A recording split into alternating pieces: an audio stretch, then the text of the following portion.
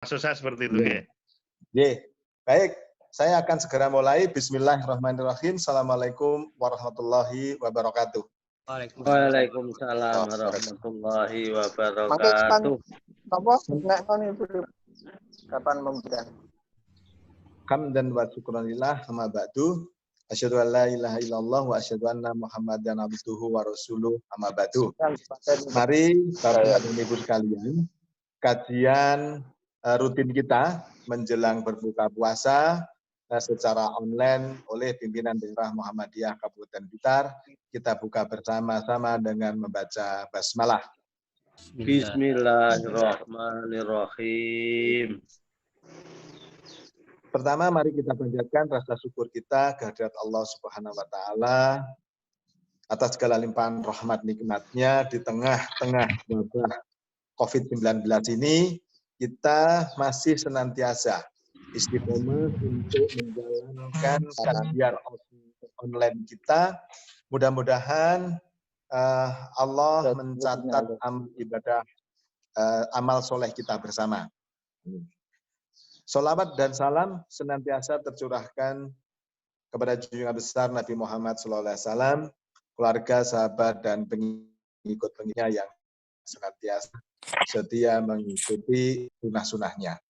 Sebelum kajian ini dimulai, sekali lagi saya menginformasikan, insya Allah besok tanggal 6 hari Rabu, bahwa kajian kita akan diisi oleh pimpinan wilayah Muhammadiyah Jawa Timur, Dr. Samsudin. Mudah-mudahan undangan dan informasi ini bisa menjadi perhatian pada seluruh partisipan dan mungkin bisa disampaikan kepada seluruh warga perserikatan dan simpatisan. Mudah-mudahan besok kegiatan kita bisa berjalan dengan baik dan mudah-mudahan banyak yang terlibat dari warga perserikatan Muhammadiyah Kabupaten Blitar dan Blitar Raya pada umumnya. Untuk itu pada sore hari ini Ustaz Jamari silahkan untuk menyampaikan kajian kita pada sore hari ini. Waktu dan tempat saya persilahkan.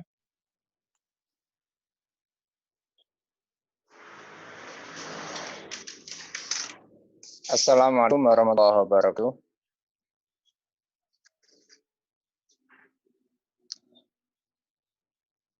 Innal hamdalillah nahmaduhu wa nasta'inu wa nastaghfiruh wa na'udzu billahi min syururi anfusina min sayyi'ati a'malina may yahdihillahu fala mudilla lahu wa man yudlil fala hadiya lahu.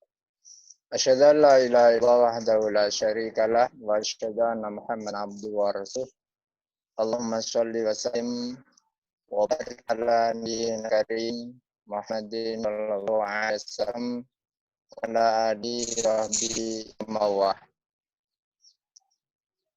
Bapak-bapak, saudara-saudara yang dirahmati Allah Subhanahu wa taala, sungguh kenikmat Allah luar biasa diberikan kepada kita.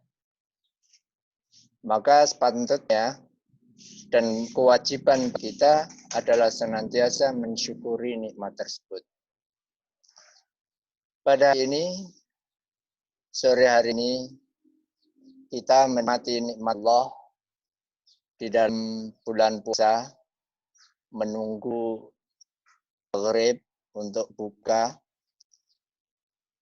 Maka dengan yang sudah jadwal, kita mengadakan kajian yang insyaallah mungkin tahun ini sebagaimana yang disampaikan Ustadz Arif tadi sudah dibahas oleh Ustadz Dung.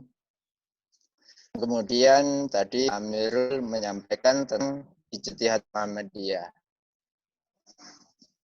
Mungkin nanti tidak semuanya, mungkin sekian yang kami sitir, karena nanti juga akan berkaitan dengan manhaj yang akan disampaikan dan waktu. Suatu ketika Nabi Shallallahu Alaihi Wasallam mengutus Mu'adz bin Jabal untuk bertindak sebagai hakim. Beliau bertanya pada Mu'adz, apa yang akan dilakukan jika kepadamu diajukan suatu perkara yang harus diputuskan? Mu'adz menjawab, aku akan memutuskannya berdasarkan ketentuan yang termaktub di dalam kitab Allah, yakni Al-Quran. Kemudian Nabi bertanya lagi, bagaimana jika di dalam kitab Allah tidak terdapat ketentuan tersebut? Mu'adz jawab, dengan berdasarkan sunnah Rasulullah SAW. Nabi bertanya lagi, bagaimana jika ketentuan tersebut tidak terdapat pula dalam sunnah Rasulullah? Mu'adz menjawab, aku akan berijtihad dengan pikiranku. Aku tidak akan membiarkan suatu perkara pun tanpa putusan. Lalu Mu'adz mengatakan, Rasulullah kemudian menepuk dada seraya mengatakan, segala puji bagi Allah yang telah berikan taufik kepada urusanku untuk hal yang melegakanku. Ma'asyiral muslimin rahimakumullah.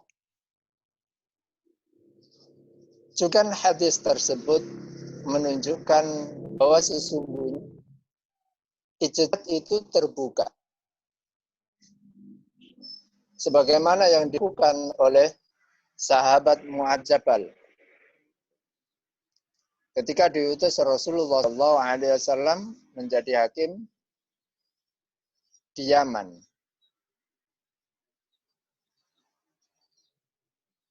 Dalam Islam, ijtihad ini masuk dalam kategori hukum yang nomor 3 setelah Al-Quran dan As-Sunnah. Tetapi di dalam Muhammadiyah berbeda lagi.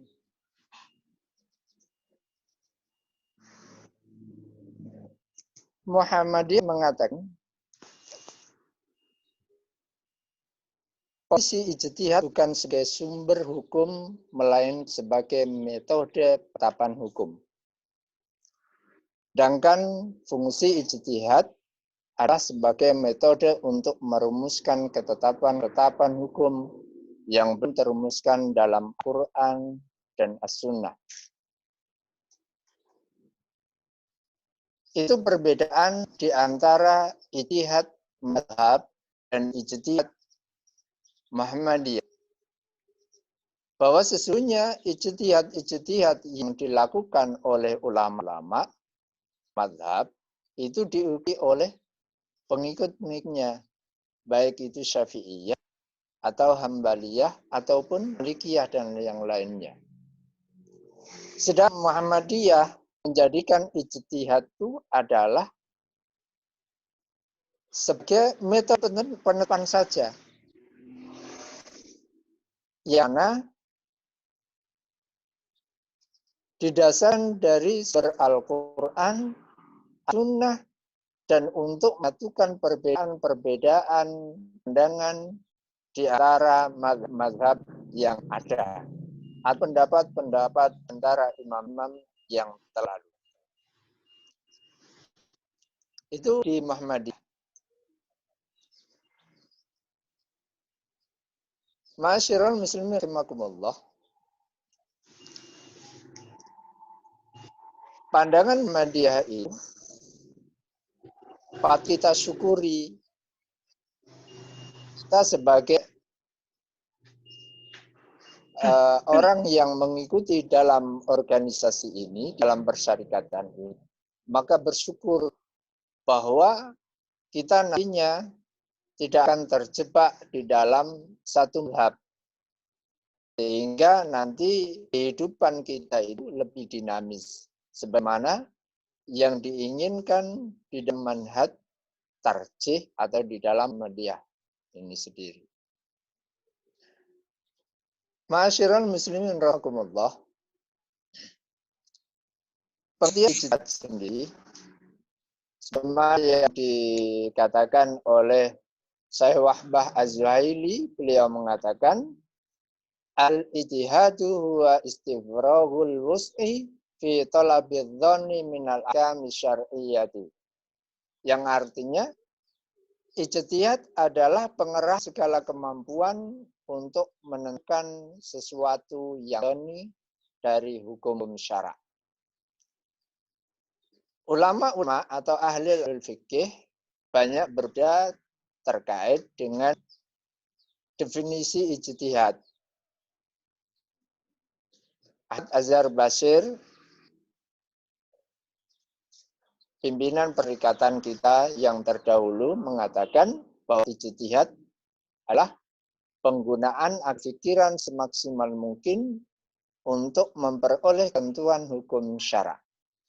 Sedang dia menyampaikan ijtihad hukum adalah mencurahkan segenap kemampuan fikir dalam menggali dan merumuskan hukum syar'i yang bersifat dzanni dengan menggunakan metode tertentu yang dilakukan oleh yang berkompeten baik secara metodologis maupun masalahan.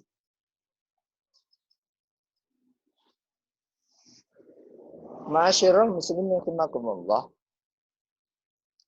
Ijtihad itu mempunyai dasar hukum. Dan ini penting kemudian diketahui oleh semua orang. Sehingga ketika menyampaikan sesuatu atau berkata sesuatu, ada dalilnya atau ada dasarnya. Sehingga tidak salah. Dan kita mempunyai prinsip bahwa sesungguhnya itu berasal dari Al-Quran, dari As-Sunnah. Yang pertama yang difirmankan oleh Allah Subhanahu wa taala di dalam surah An-Nisa ayat 59. Fa in nazam fi syai' faruddu ilallah war rasul in kuntum tu'minuna billah wal yaumil akhir. Di dalam tafsir At-Tabari, mohon maaf,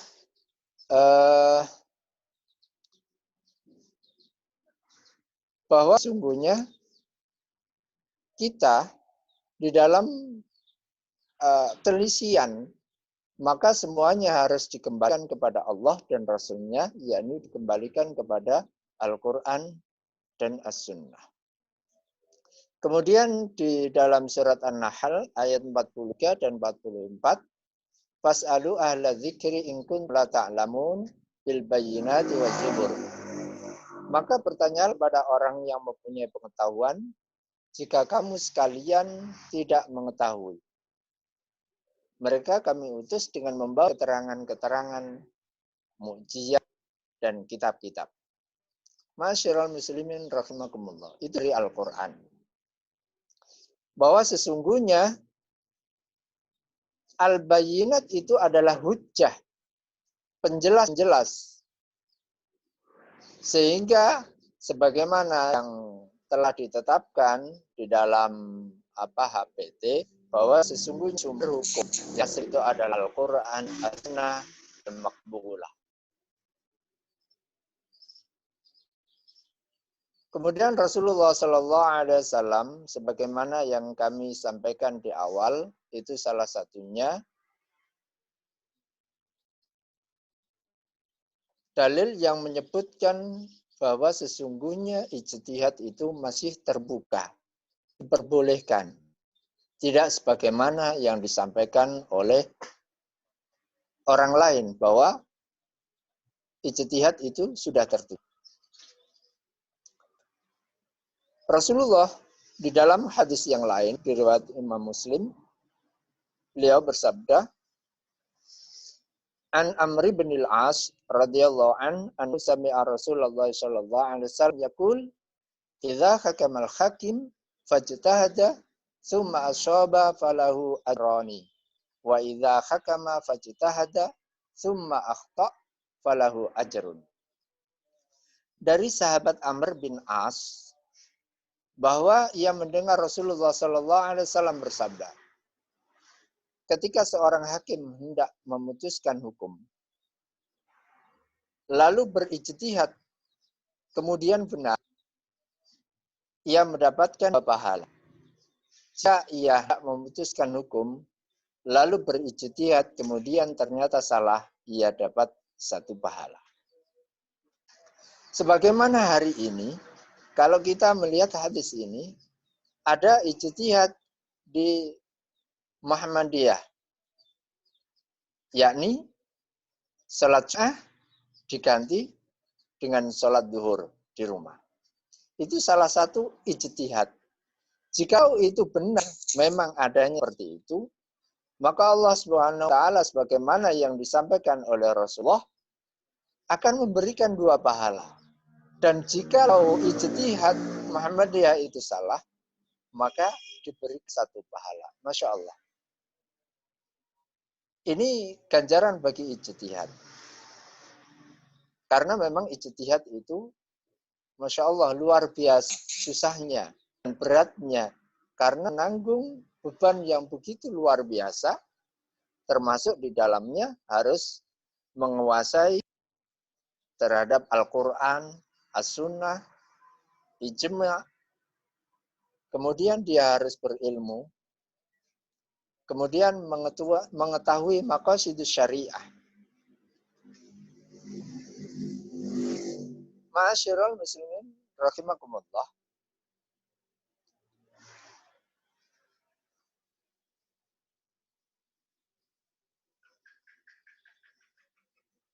Di hadis yang lain, Rasulullah Shallallahu Alaihi Wasallam juga menyampaikan sebagaimana yang kami sampaikan di awal tadi, yang ketika mau ditanya, kemudian di dalam hadis riwayat At-Tahawi dari Ibnu Buraidah dari ayahnya bahwa ketika memberi perintah kepada komandan perangnya, Rasulullah Shallallahu Alaihi Wasallam, jika kamu berhasil mengepung benteng musuh, lalu musuh ini dihukumi berdasarkan Allah, jangan hukumi berdasarkan hukum Allah, tetapi hukumi berdasarkan keputusanmu sendiri.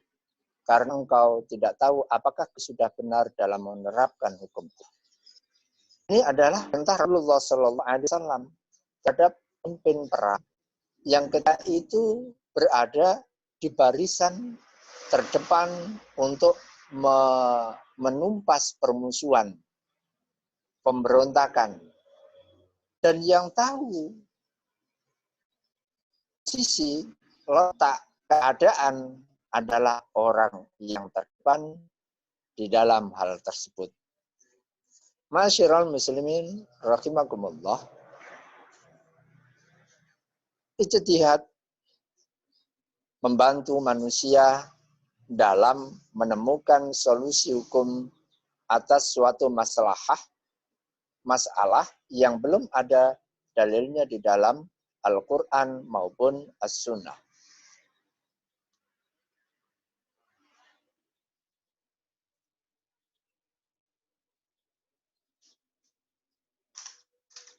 Di dalam ijtihad itu sendiri, maka harus terpenuhi syarat-syarat sehingga nanti ijtihadnya benar, sesuai dengan kaidah, sesuai dengan Al-Quran dan As-Sunnah. Yang pertama, syarat yang pertama adalah mengetahui Alkitab, yakni Al-Quran dan As-Sunnah.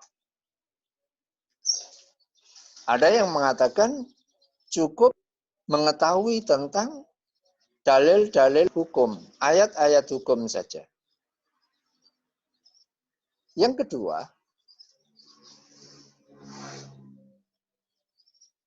mengetahui sunnah.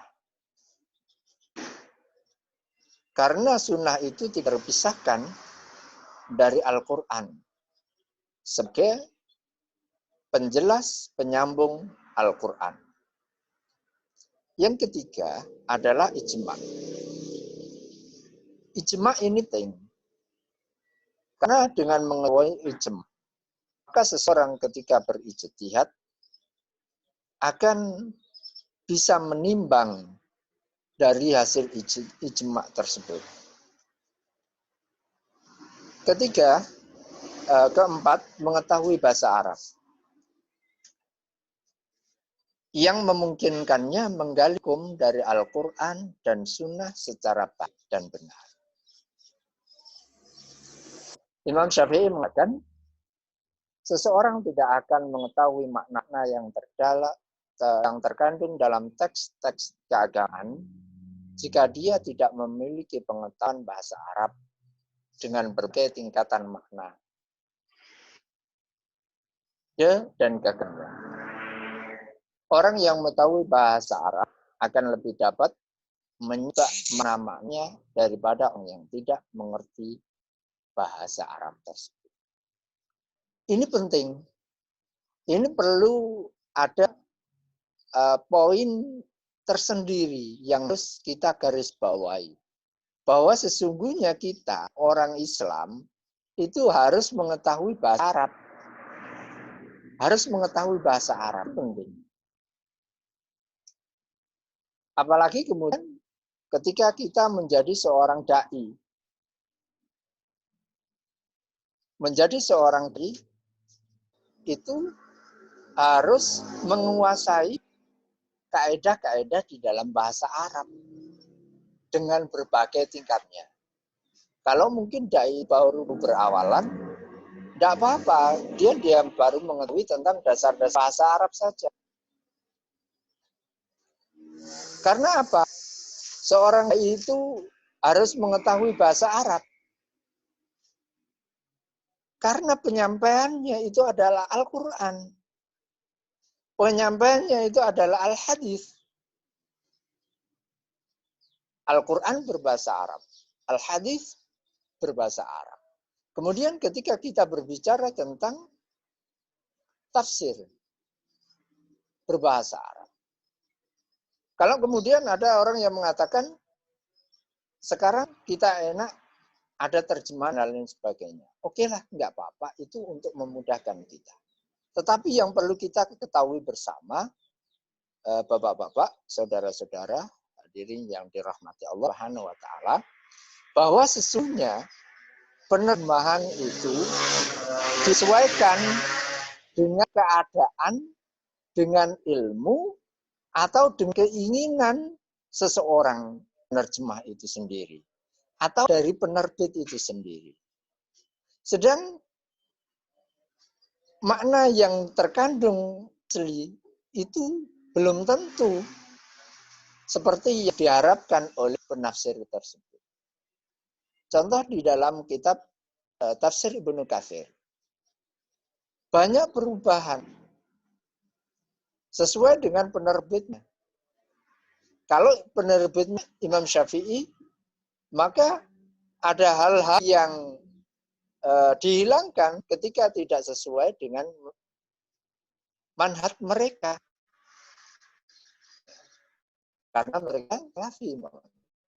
Mereka akan menghilangkan beberapa hal yang tidak sesuai dengan mereka. Tetapi ada juga yang sesuai dengan penafsiran dari Imam Ibnu Katsir sendiri yang diterjemahkan oleh Sembah Resi, insya Allah persis sebagaimana apa yang disampaikan oleh Imam Syafi'i. Masyarul muslimin rahimakumullah, bahasa Arab itu penting dan ini sering digaungkan oleh pimpinan kita sendiri, baik itu dari PP, dari W, itu sering menyampaikan bahwa sesungguhnya bahasa Arab itu penting. Maka belajar bahasa Arab. Kuasailah bahasa Arab. Nah, insya Allah di Persyarikat Tata di kabupaten ini, insya Allah banyak yang sudah mahir dan mampu untuk menyampaikan bahasa Arab ini, sehingga nanti diharapkan ke depannya persyaratan ini mempunyai kader-kader yang lebih baik daripada sekarang. Yang kelima, mengetahui ilmu fiqh. Ini harus dikuasai benar oleh seorang mujtahid, seorang yang akan berijtihad. Dengan berbagai macam yang ada di dalamnya. Yang kelima, memahami tujuan-tujuan syara. Maqasid asy-syar'iyyah. Pemeliharaan agama atau hifdzuddin, pemeliharaan hifdzun nafs, pemeliharaan akal, pemeliharaan keturunan, dan harta. Keenam, ketujuh, ketahui nasih dan manuh. Penting karena terkadang ada ayat-ayat yang terhapus sebagaimana yang disampaikan ulama-ulama di dalam tafsir-tafsir mereka. Ijtihad itu sendiri, ma'asyiral muslimin rahimakumullah, secara garis besar ada dua bagian, ijtihad fardhi dan ijtihad jama'i. Nah, kita di Muhammadiyah itu insya Allah masuk dalam yang nomor 2, ijtihad jam'i atau ijtihad sama. Karena di dalam tarjih itu tidak memungkinkan hanya satu orang saja, tetapi diberikan banyak orang untuk menentukan sebuah hukum di dalam suatu perkara tersebut. Mungkin saja penulisannya berawal di satu orang. Akan tetapi untuk pemutusan di dalam ijtihad tersebut harus melalui musyawarah dan diskusi bersama.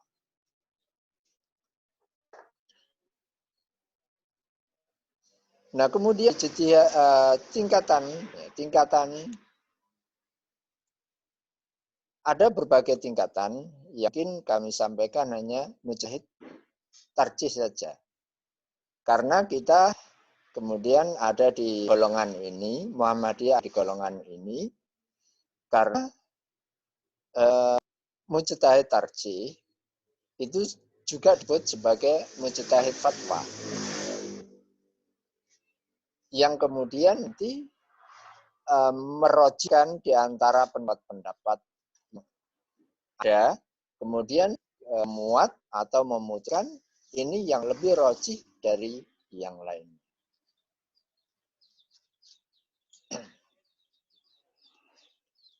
Ma'asyiral muslimin rahimakumullah.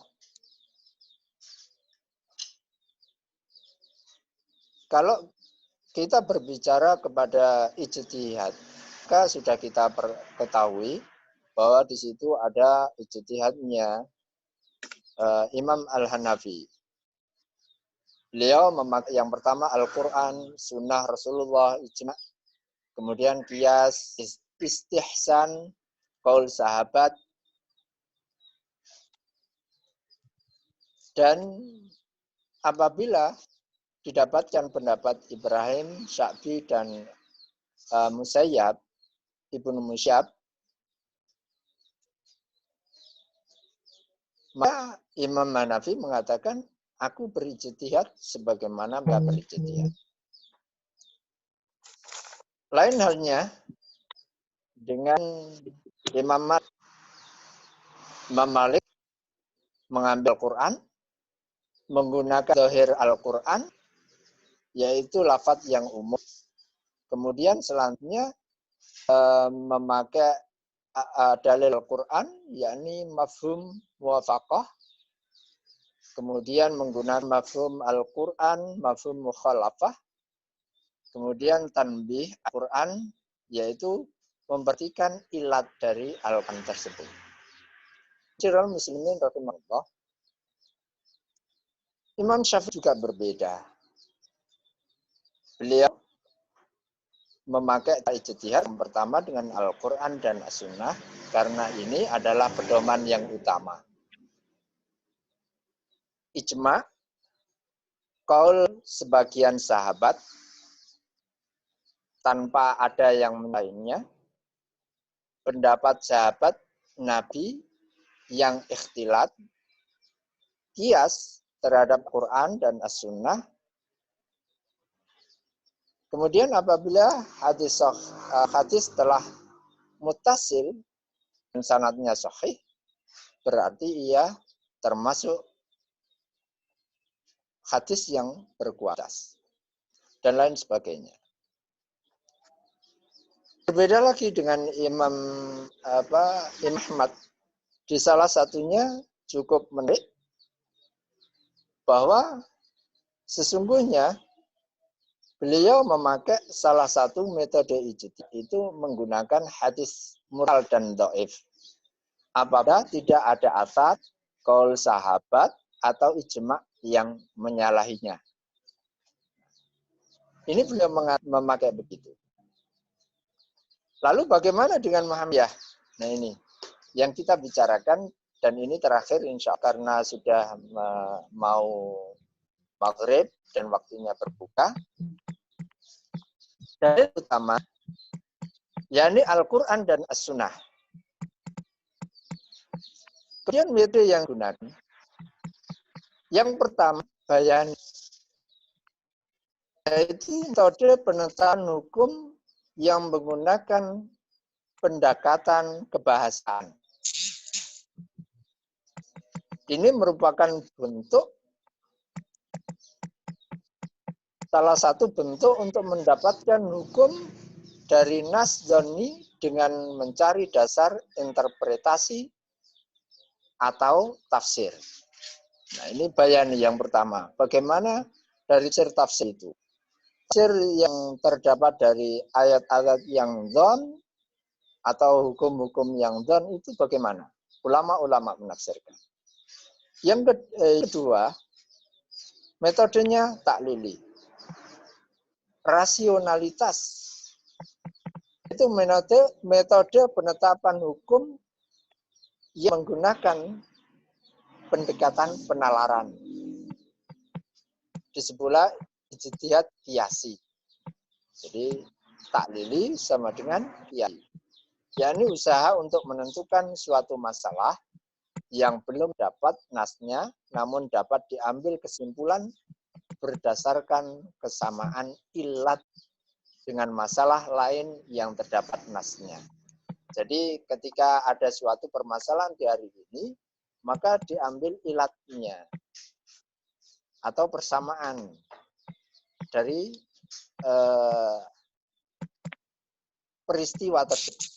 Kemudian yang ketiga, istilahi atau filosofis, yaitu metode penerapan hukum yang menggunakan pendekatan kemaslahatan dari suatu hukum yang akan diijtihadi. yakni upaya mencari ketentuan hukum sesuatu masalah yang tidak ada ketentuan nasnya dengan mendasarkan pada maslahatan yang akan dicari. Insya Allah seperti itu. Dan insya Allah kita sambung terkait dengan ijtihad Muhammadiyah itu di dalam manhaj nanti. Karena insya Allah kami juga diamanai oleh Ustadz Arif untuk menyampaikan manhaj.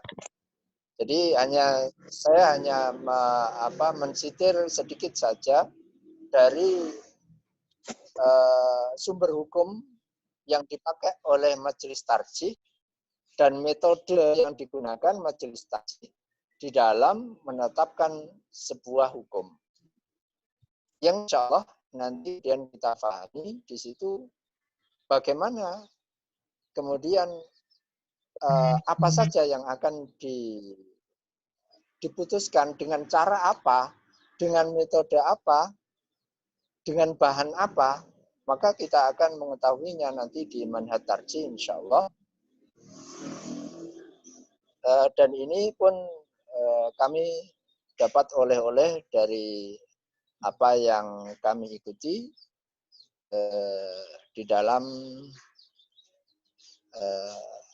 pengkaderan Majelis Tarjih yang ketika ada di Malang temari juga sebelum-sebelumnya, dan insya Allah ini kita akan sampaikan. Semoga Allah Subhanahu wa taala senantiasa memberikan kita hidayahnya, memberikan taufiknya, memberikan ilmu bermanfaat, kesehatan bagi kita semua. Allah sore ini ijtihad itu terbuka lebar asal harus memenuhi syarat-syarat yang telah ditetapkan, dan kemudian sebagaimana yang disampaikan oleh Muhammadiyah sendiri, bahwa sesungguhnya ijtihad di dalam Muhammadiyah itu adalah menetapkan sebuah hukum yang sudah ada di dalam pendapat-pendapat ulama terdahulu maupun dari masyayikh yang berkepandatan di bidangnya masing-masing. Insyaallah itu mudah-mudahan kita semua nantinya akan bisa berusaha untuk menuju hal tersebut, dan tidak apa di situ juga nanti ada ijtihad yang tidak hanya hukum saja, tetapi ada ijtihad ekonomi, ada ijtihad sosial dan lain sebagainya.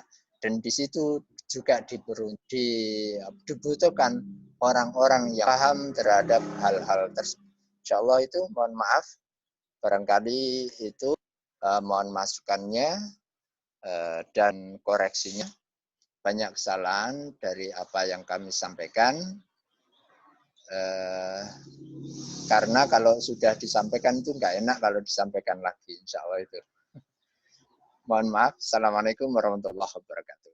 Waalaikumsalam warahmatullahi wabarakatuh. Terima kasih Ustadz Jamari. Tadi sudah menyampaikan terkait dengan ijtihad. Tetapi sekali lagi karena waktu yang membatasi kita, yang insya Allah dalam waktu kurang lebih hanya tinggal 2 menit, adzan maghrib segera akan dikumandangkan, maka saya tidak membuka sesi tanya jawab. Itu yang pertama. Yang kedua, nanti barangkali dari saya atau mungkin dari Pak Amirul bisa memberikan batasan bahwa waktu tinggal 10 menit. Supaya kalau ada sesi tanya jawab itu ada batasannya, sehingga para pemateri bisa mengatur waktu agar sesi diskusi dan tanya jawab bisa berjalan dengan baik. Terima kasih seluruh panitia yang dirahmati Allah.